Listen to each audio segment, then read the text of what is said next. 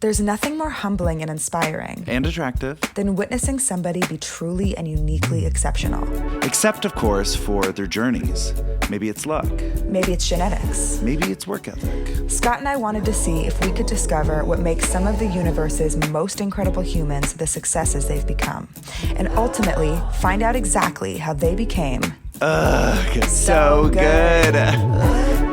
So good. How did you do it? How did you do it? You're so good. Hey you guys, welcome to another episode of Ugh, You're So Good. Today's guest is Rickey Minor, who is one of the most successful musical directors. He was a musical director for The Tonight Show and for artists like Whitney Houston, Beyonce, Christina Aguilera. He directed the Super Bowl, the Grammys, American Idol, and he's here today to tell us all about it. Hope you like it. Hey, Hello. you guys, what's up? It's Scott. And Rozzi. And this is our new podcast, Ugh, You're So Good, where we interview the best of the best and figure out how they got there. How they got so good. And why, learn from them. Why they're in the elite tier. And we have a very elite. Yeah, I actually can't believe we got this guest. We're neighbors.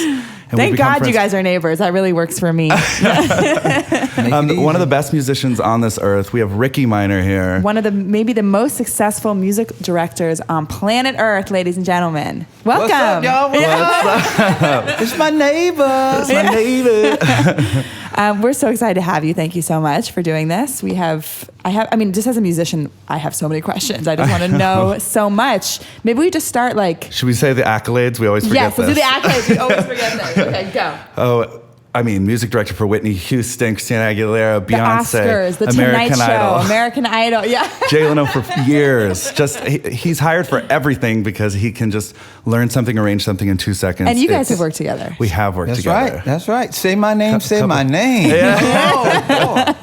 And Rozzi and I are the biggest Beyonce fans, and you did her Super Bowl performance, which is iconic in my book. Yeah, that is very iconic for us. Okay, so where do we start? Okay, well, I don't even know where you're from or where the music bug came from. Can you just give us a little background on where it all began? Yeah. So I'm from Monroe, Louisiana. It's up north near Lafayette, Shreveport, and the whole family came a part of the Great Migration from the South in mid '60s.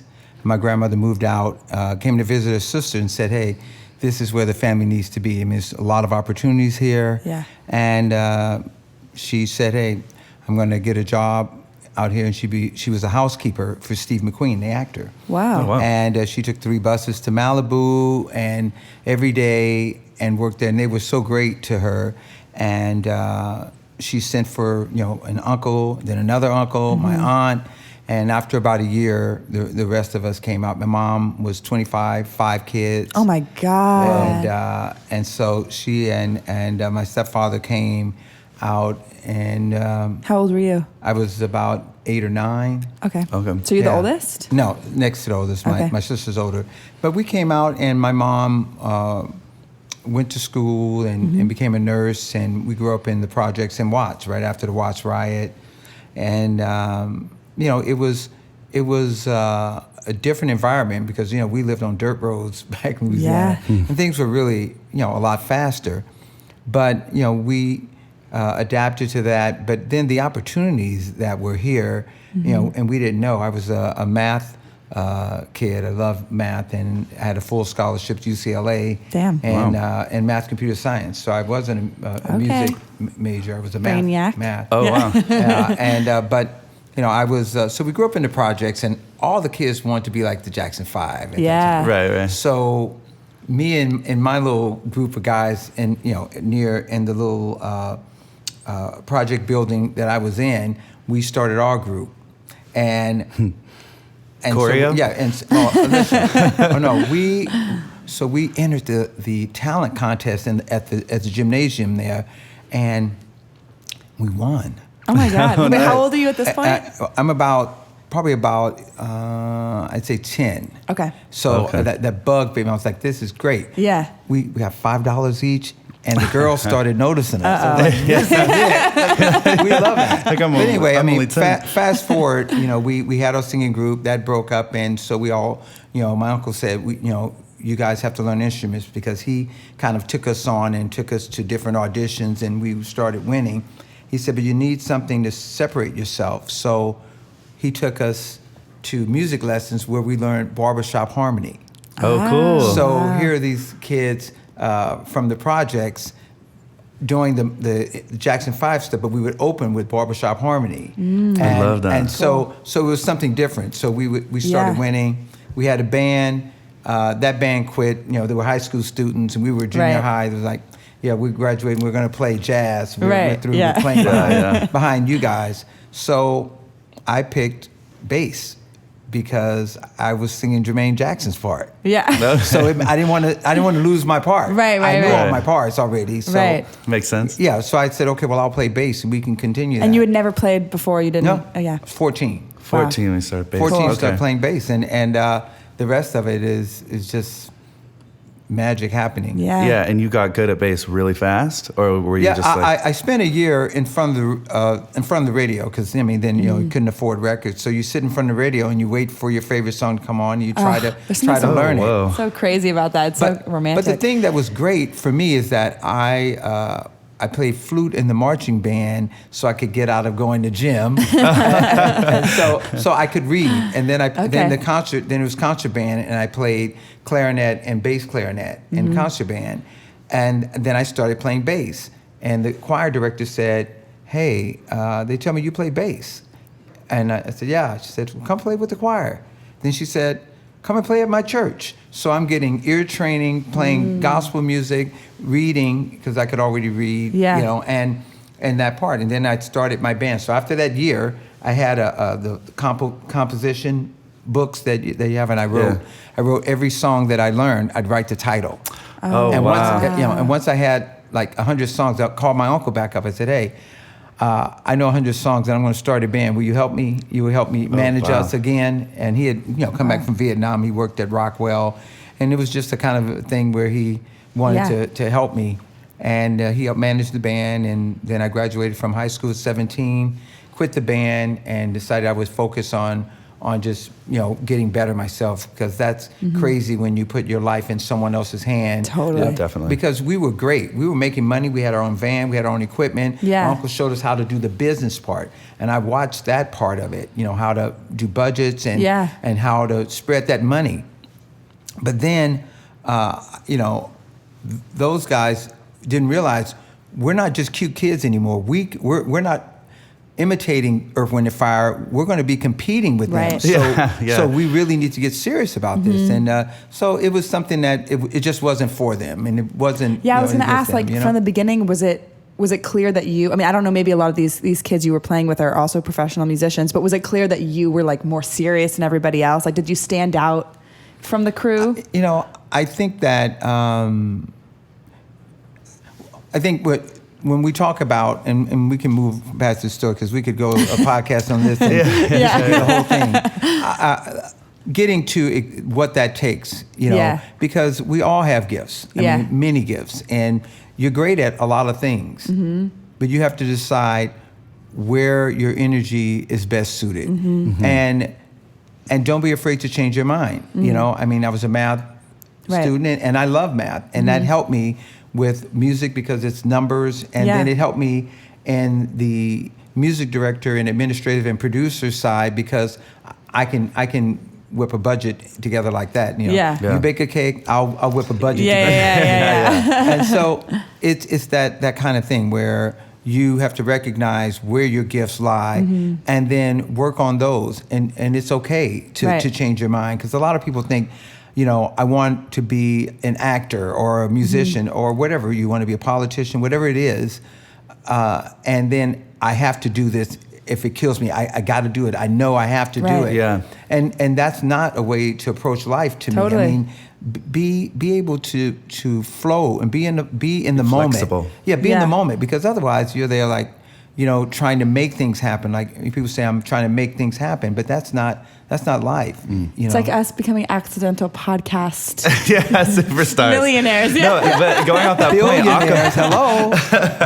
going off that, I had never done a cappella my whole life, and I did it in choir because I didn't want to join like a frat, but I wanted to make friends. So I just joined an a cappella group, and some of them have been on the show. So then I put a group together, and now I do it professionally. Right, that's so and crazy. It's just like, because I feel like I just did exactly what you said, was just flexible with where Totally. things went. That same thing happened to me. I'm a singer too, singer-songwriter, and I'm an artist, but my first job, I was a background singer for Sergio Mendes. Right. And I didn't even, at the time I was 19, I didn't know who he was. Right. And my teacher was like, audition for this. And I was like, for who? And I don't speak Portuguese. Like, it was just like so left field, but it ended up being this incredible, like, first tour. One thing leads to another. Yeah, leads to exactly. another, I mean, yeah. it's important to kind of not like box yourself in, I think. Yeah, because you don't know who you're talking to. Yeah. Every moment is a different moment. So kind of be present, and you may feel something, learn something, and there may be something that totally turns you off from it. Like, oh, I am not doing this. Wait, what time do you have to get up for a lobby call? Right. I am not a morning person. Yeah, like, you don't know about touring until you tour. Like, No, you don't. And that's but that's the thing for all of us.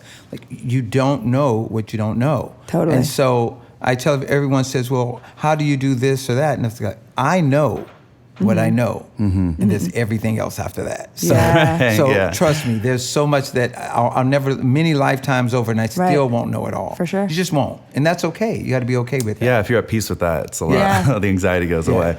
So are we skipping ahead to go to, like, what was your big break? Like, when did it start getting real? Like, when did... Yeah, so I was playing I graduated from high school at 17 and started at UCLA, and I started playing with a lot of different bands, big bands, jazz. I had a top 40 band, I had all these different bands, a salsa band, a trio, jazz trio, and I just love music, and I just loved doing it. And I actually didn't know that you could make a living doing it. I mean, I didn't know anyone that did. I mean, there were the stars that did, but I didn't know in your world. In my world, no. Yeah. No, and I had never. I got a call to go on tour with Gladys Knight and the Pips, and I was 19, had never been on a plane, never been anywhere. Whoa. And we moved on the bus from Louisiana, 3 days to here, and that's it. Yeah. I mean, I didn't even hardly go over to the west side. I mean, I just stayed on the east side and did my gig, came home. But I think that that opportunity opened up tons of possibilities for me. And during that gig with Gladys, I was playing in Boston for like a corporate gig with Gladys, and the drummer was played in the band with Stephanie Mills, and she was playing at Berklee School of Music. And he said, hey, I know those guys, let's go over there and hang out. And I meet the band, and they sound great, and the music director said, hey, so where are you from? I said, LA. He says, well, I come to LA sometimes, and sometimes I need to pick up musicians in LA, want to get your number. Yeah. So about 3 months later or so, he called and said, I've got this girl that sings in my church, and she's trying to get a record deal. And that was Whitney Houston. She was 18. That's got chills. She was 18, and I was 22 by then. Oh my God. That's insane. And I did the showcase, and she was like, you work with Gladys, what's that like? And I was like, yeah, I work with Gladys. Yeah, and so we talked about it, and she told me who her mom was and all this stuff.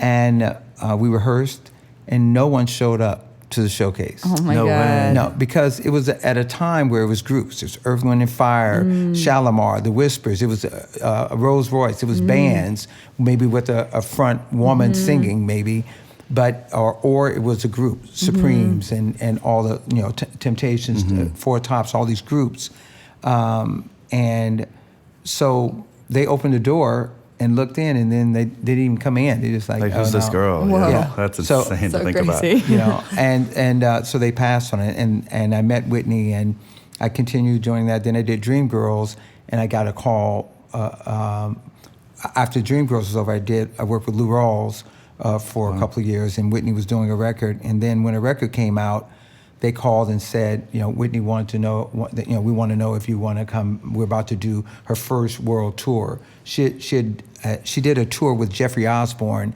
where she was opening, but soon on that tour she ended up being the headliner because people were so there to see her, and they would leave after they saw her, because that's what they wanted to see. And so her star really rose quickly. And then I joined the band.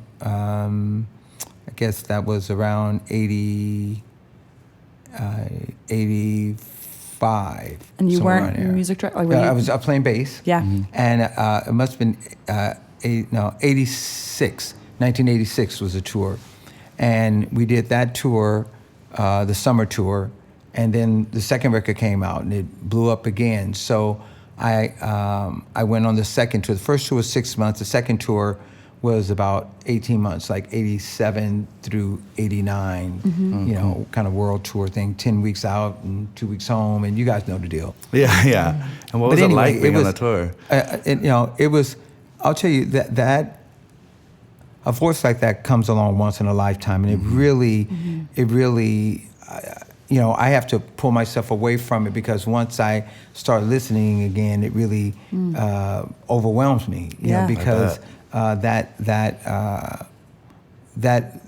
energy and that voice and her ability to do basically anything she wanted to do vocally. So it was really special, special relationship. And then the music director who called me passed away, and I got the job. Wow. Yeah. So which was interesting because she never had another music director, only one person, it's a piano player. So she didn't think of me. She called me to find out who did I think would be good. Yeah. You're like, I got this. I was like, hold on. Wait a minute, baby. So before this podcast, we were talking, you were saying there was like 2 moments in life. Yeah. There's extraordinary moments. And then what was the second one? Teachable moments. And so getting this job was obviously an extraordinary moment. Yeah.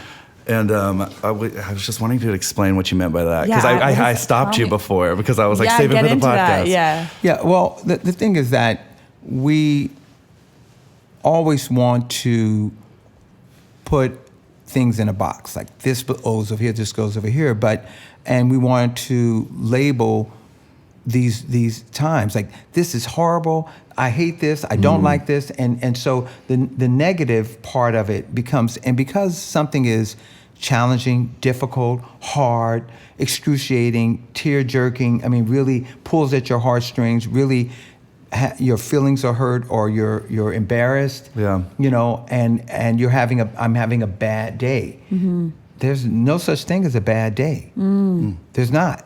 Like, you're alive and you have an opportunity to learn from whatever that situation that made you, because there's something there for you to learn. Yeah. Definitely. And then the others are, oh my God, I can't believe my life. Yeah. You know, I can't believe I'm looking at the stars right now, and I'm feeling emotional about just looking at the stars, like laying on my back. Yeah. And there's something about getting back to your 5-year-old self, you know, and laying on the grass and looking up at the clouds and imagining faces in it and laughing and being open. Yeah. You know, and I think that over time we become jaded with what we do or what we have. We become ungrateful. I mean, you know, you can't. The only attitude is gratitude. So you can't be grateful and be pissed off. Right. You can't be grateful and angry. We talk about this a lot on this podcast about like that's been a theme. The importance of like struggle, basically, like and like the beauty in struggle and like remembering those hard moments so you can be more grateful. Yeah. And I feel like if you master those 2 extraordinary moments versus teachable moments, it kind of makes you invincible, because then it's like Well, you know, you learn how to flow like water on a duck's back. Just let it go. Yeah. Because water will find its way to the ocean. It will find its way. So through life, if you stay where you can move around and be fluid through life, then you don't take anything personal. Yeah. You know, and you don't give anyone a hard time, but you don't take it from anyone, and you realize and you set up boundaries that are healthy for you. With friends, family, work, you know, some people, Well, exactly. I mean, you know, you just say, hey, look, this, and it's a hard lesson, because I think that I had this thing that I call the disease to please. And I wanted to make everyone happy. I mean, I didn't want anyone to not be happy, and I was going to do everything. And I had a moment where all my clients and my family and everyone was first. Yeah. And then there was Rickey sitting on the bench waiting for his turn. depleted. Depleted. Just and sometimes, oftentimes, thankless. Right. Because there's a sense of entitlement. If I can call you and just dump all of my problems on you, and then you go like, I got to go to bed. Then I can go party because I gave it all to you. Right. And then I heard all the stuff I wanted to hear. Oh, poor you. I Oh, can't that's imagine so how bad. that feels. Yeah. Oh, Right. Or, and this is the other part for me is advice is what you ask when you already know the answer but wish you didn't. Wait, explain that again for me. Yes, though. Okay. But yeah, say Advice? that again. Advice. Is what you ask What do you ask? when you already know the answer but you wish you didn't. Yeah, because So- you want to So hear I'm going to something call else. you up and Got go, it, hey, yeah. hey, check this out. I saw this new jacket. It's so great, man. Yeah. I know I can't afford it, but I should just get it, right? No, I was with Because my... you want to put it on someone else. Right, I was I, with should, I should just get it right, and you go, no, all right, I'll talk to you later. Hey, man, Yeah. I found this new no, jacket. it's so true. I was That with is I was with true. a girlfriend last night, and she like has some guy that like she's got to stop texting him, right? Right. It's like, and Right. she was asking us like if she should respond to this text, and we were all like, no, Right. And then Everybody finally, goes, no. like 20 minutes later, she's like, my sister thinks I should just respond, so I'm just gonna respond. We're like, you just kept asking people until you got. Got the answer you wanted. That's it in real life. In real Yeah. time, that's what happens. So Yeah. I think It's that crazy we play tricks on ourselves No, like that. Yeah. but the way I think a healthy way to handle it is, I hear you with your situation that you have to make a decision, but I'm sure you'll make the right decision.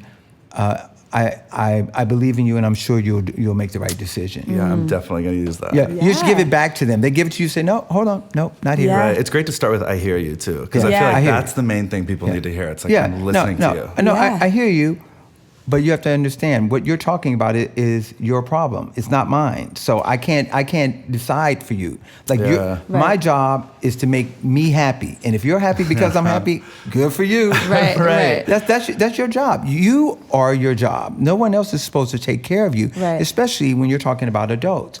And it's something that you need to teach your kids how to make sound decisions and to stand by their decisions and know that this is a decision I made, but I can always change my mind. Or as my dad always said, Carla, let Rozzi suffer her own consequences. That's a good dad. It's right true, there. yeah. Yeah, you have to. Is that something you had to learn? Like, was that something that you understood pretty early on in life, or was that something you kind of had to learn along the way? I think that we are malleable and we are always in flux and always changing. So when I learned it, I can't say when, Yeah. and I can't even say how, but it's like when things line up, it's like a light comes on, you go, I got it. Right. Yeah, I love and that sometimes feeling. you go, and sometimes you want to question it, like, why didn't I learn it before? Well, you're going to keep making those mistakes until you learn the lesson. Yep. Yeah, in a deep way. Like Yeah. it That's really very settles. true. Where Yeah. it sets, and then you're okay with it. And I think one of the things that we do that's really hard to watch is we're not kind to each other. And it's not because we don't care. It's because we haven't learned how to be kind to ourselves. That's exactly it. And really, it's how you frame it. I was speaking to my mom earlier today, and she said, I remember when I could do this. I can't believe I can't do that anymore. I said, I hear you, but that was then. This is now. Let's set goals for now. What is it that you want to do? Yeah. What is it that you want to do? And then let's set reasonable goals. Yeah. And maybe what is it that you know now that you didn't know then? What gift do you have now that you didn't have then? Exactly. And so there's something in that, and maybe that's, and it's all baby steps. I mean, it's not, don't think that I want to be here, you know. Last night, I was honored by this group called the Fernando Pullum Center. It's in Leimert Park here in off of Crenshaw. And these kids, I've been working with them with this organization for about 20 years. And I have these kids they were at the Motown special, they came to rehearsal, they've been to the Emmys, the Oscars, the Grammys. These are young musicians, boys, girls, and they have free lessons there. And the thing about it is, for them, and very similar to my story, music saved my life, you know, because I found something that not only I could give, but that I could get back, and then I could give more. And that's when you talk about the arts. Music is one of the highest vibrations on the planet. Yeah. It can change the mood just like that. You can walk into a room, a bar, anywhere, a club, you hear music and things change. And your whole chemistry changes. You know, or you hear something sad and you're going through something, you identify me. Don't have a breakup and put on Adele. That's all I'm saying. You know, and it's gonna bring up those emotions that you were holding in. So I think that for me, it's a learning thing. These kids are teaching me and constantly showing me that this is a life-saving job. That this job can really save your life. And granted, and then there are those like doctors and firefighters and policemen who actually save lives physically. Yeah. But this is an opportunity for you to save your own life. Yeah, wow. All right, you guys, that concludes part 1 of our conversation with Rickey Minor. Tune in next time for part 2.